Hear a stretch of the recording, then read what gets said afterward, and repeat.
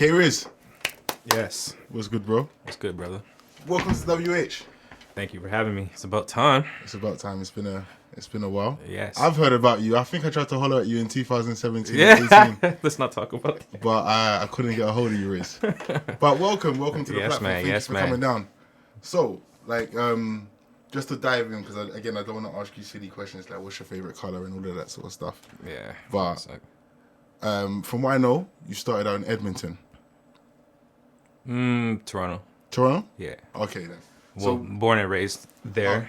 I spent time between Toronto and Edmonton because my father lived out in Edmonton. So Yeah. I would go out there in the winter or in the summer holidays. Tried living there. Didn't really like it. So I moved back to Toronto, and then I moved to Edmonton and settled there when I was about 19 years old. So, Okay then. So how do you find yourself in Calgary? I just like the scenery, and I did not want to spend another harsh winter out in Edmonton. So I did want to be in a different place and different scenery and just try something different. Okay, I hear you. And I always had a connection to this place. So Okay. Well, one of the things you did drop, which I heard myself personally when I did my little research, was Peace and Love. Lost in It's one of my favorites. thank you. Easily. And I saw your performance of it as well. I think that's what kind of drew me to you when... At Yolanda's Sergeant Comrade's joint. exactly, Yeah, I saw yeah. you there. So how did that project come along? I think that project came out of self-exploration. I went through a major breakup at the time, and that was kind of like the catalyst.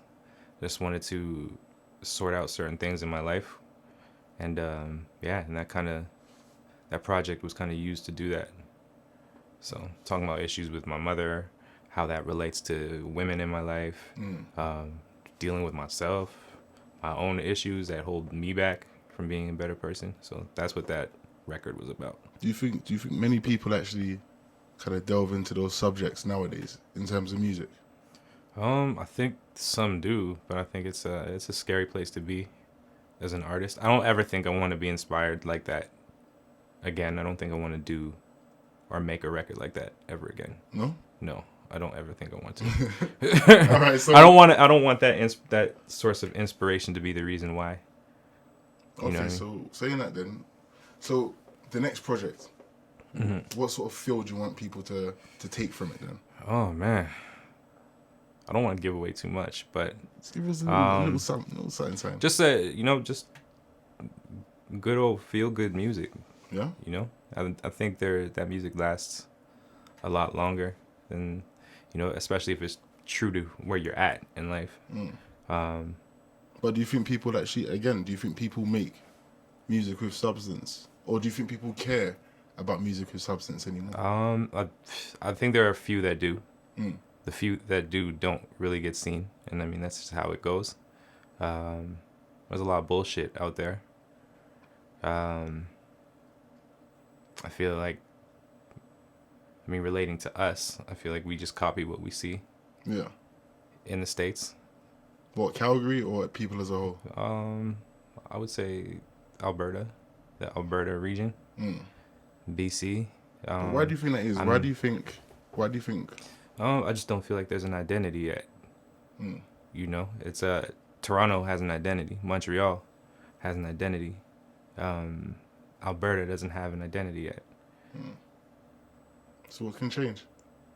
I was going to lead to that after, but you know what? Let's just dive in from now. Okay, well, So, what has to change what has to change? I feel people need to get more in touch with the roots of the culture and where it comes from. Hip-hop didn't start with NWA. It didn't start with West Coast hip-hop and Tupac. There's more. You go around and ask everyday people, even black people, who you ask them about some of the most pivotal people in R&B and hip-hop music, and they don't know. And you can't know the culture. You can't be in the culture without knowing the history of the culture. So if that's lost, there's something about the 60s, 70s, 80s, 90s. If that music lasts longer than people that are dropping songs every 2 weeks, there's a problem. There's something missing. But how do we change that, especially You have to go back to what was working. You know what I mean? There's a formula. The formula was, I think, the authenticity in the music. Like back then, you had to think. Back then, you had Camp Lo, you had Jay-Z, you had Tribe Called Quest, you had Nas, you had Tupac. All of them sound different. All of them had hit records. They all did. They all did, yeah. I'm not disagreeing. But I mean, the thing that was there was the authenticity. That's why those songs last longer than the songs do now. Two, don't look down, focus on what's in front of you. All of you now are my distractions. Y'all stay caught up in all the chat.